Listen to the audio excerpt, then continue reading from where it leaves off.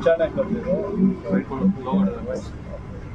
ಇಲ್ಲ, ಐಶ್ವರ್ಯ ಗೌಡ ಅವ್ರಿಗೆ ಸಂಬಂಧಪಟ್ಟಂತೆ ನಿಮಗೆ ನನಗೆ 14 kg 660 grams ಅವರು ಮೋಸ ಮಾಡಿ ಇನ್ನೂ ನನಗೆ ದುಡ್ಡು ಕೊಟ್ಟಿದ್ದರ ಸಲುವಾಗಿ ನಾನು FIR ಹಾಕಿದ್ದೆ. ಅದ್ರ ಸಲುವಾಗಿ ತನಿಖೆ ನಡೀತಾ ಇದೆ. ಸೊ ಅದಕ್ಕೆ ಸಂಬಂಧಪಟ್ಟಂಥ ಡಾಕ್ಯುಮೆಂಟ್ಸು ಅಥವಾ ವಾಯ್ಸ್ ರೆಕಾರ್ಡಿಂಗ್ ಆಗಲಿ ಅದೆಲ್ಲ ನಿನ್ನೆ ಮೊನ್ನೆಯಿಂದ ಮಾರ್ಜಿನ್ ನಡೀತಾನೆ ಇದೆ. ಇವತ್ತು ಫೈನಲ್ ಆಗಿ ಎಲ್ಲ ಕೊಟ್ಟು ಬಂದಿದೆ. ಐಶ್ವರ್ಯ ಗೌಡ ಬೆಳಗ್ಗೆ ವಿಡಿಯೋ ಮಾಡ್ತಾ ಅವಳೇ ನಿಮ್ಮ ಮೇಲೆ ಮಾಡ್ತಿದ್ದಾರೆ. ಅವರು ದೊಡ್ಡ ದೊಡ್ಡ ಕಾಂಟ್ಯಾಕ್ಟ್ ಇಟ್ಕೊಂಡು ಮೋಸ ಮಾಡಿದ್ದಾರೆ, ಅದು ಕೋಆಪರೇಟಿವ್ ಬ್ಯಾಂಕ್ ಮಾಡ್ಕೊಂಡು ವಂಚನೆ ಮಾಡಿದ್ದಾರೆ. ಸೊ ಅದೆಲ್ಲಕ್ಕೆ ದಾಖಲೆ ಏನಾಗ್ತಾ ಇದೆ, ಸಾಕ್ಷಿ ರಿಲೀಸ್ ಮಾಡ್ತೀನಿ ಅಂತ ಹೇಳ್ತಾರೆ. ಸರ್, ಇವಾಗ ನನ್ನ ಫೈಟ್ ಏನು, ಅವಳು ನನ್ನ ಹತ್ರ ತೊಗೊಂಡಿದ್ದಾಳೆ, ಗೋಲ್ಡ್ ತೊಗೊಂಡಿರೋದಕ್ಕೆ ನಾನು ದಾಖಲೆ ಏನೇನಿದೆ ಅದನ್ನು ಸಬ್ಮಿಟ್ ಮಾಡಿದ್ದೀನಿ. ಅವಳು ತೊಗೊಂಡಿಲ್ಲ ಅನ್ನೋದಕ್ಕೆ ಅವಳು ಪ್ರೂವ್ ಮಾಡಬೇಕು. ತೊಗೊಂಡಿಲ್ಲ ಅಂತಂದರೆ ತೊಗೊಂಡಿಲ್ಲ ಅಂತ ಹೇಳಿ ಅದಕ್ಕೆ ಸಾಕ್ಷಿ ಕೊಡ್ತೀನಿ. ತೊಗೊಂಡಿದ್ದಾಳೆ ಅನ್ನೋದಕ್ಕೆ ನಾನು ಸಾಕ್ಷಿ ಕೊಟ್ಟಿದ್ದೀನಿ. ಅದು ಬಿಟ್ಬಿಟ್ಟು ಅವ್ರೊಂದು 1000 ಮಾತಾಡ್ತಾರೆ ಅಥವಾ ನಾನೊಂದು 1000 ಮಾತಾಡ್ತೀನಿ ಅಂದರೆ ಅದು ಸುಮ್ಮನೆ ಕೇಸ್ ಡಿವಿಯೇಟ್ ಆಗುತ್ತೆ. Not required. ಯಾಕೆಂದರೆ ಅದು ಬೇರೆಯೇ, ಅವ್ರದ್ದು ಬೇರೆ ವ್ಯವಹಾರ ಇದೆ, ಅದನ್ನು ನಾವು ಮಾತಾಡೋಕ್ಕಾಗಲ್ಲ. ನಂದು ಬೇರೆ ವ್ಯವಹಾರ ಇದೆ, ಅವ್ರು ಮಾತಾಡೋಕ್ಕಾಗಲ್ಲ.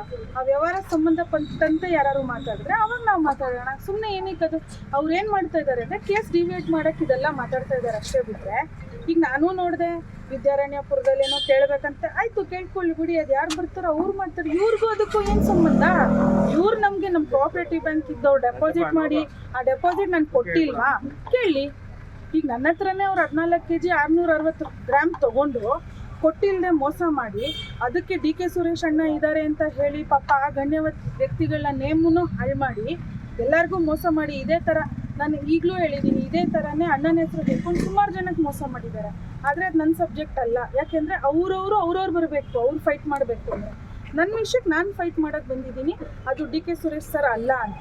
ಅದು ಧರ್ಮ ಅವರೇ ಮಾತಾಡಿದ್ದಾರೆ, ಅದಕ್ಕೆ ಅವ್ರು ನಾನು ಮಾತಾಡಿದ್ದೀನಿ ಅಂತ ಒಪ್ಕೊಂಡಿರೋದು ಎಲ್ಲ ಕೂಡ ನಾನು ಈಗಾಗಲೇ ಸ್ವಲ್ಪ ಅಂದರೆ ನಿಮ್ಗೆ ಆಗಲೇ ಅದರದ್ದು ಏನಂತಾರೆ ಆಡಿಯೋ ಸಿಕ್ಕಿದೆ, ಕ್ಲಾರಿಟಿ ಜನತೆಗೆ ಸಿಕ್ಕಿದೆ.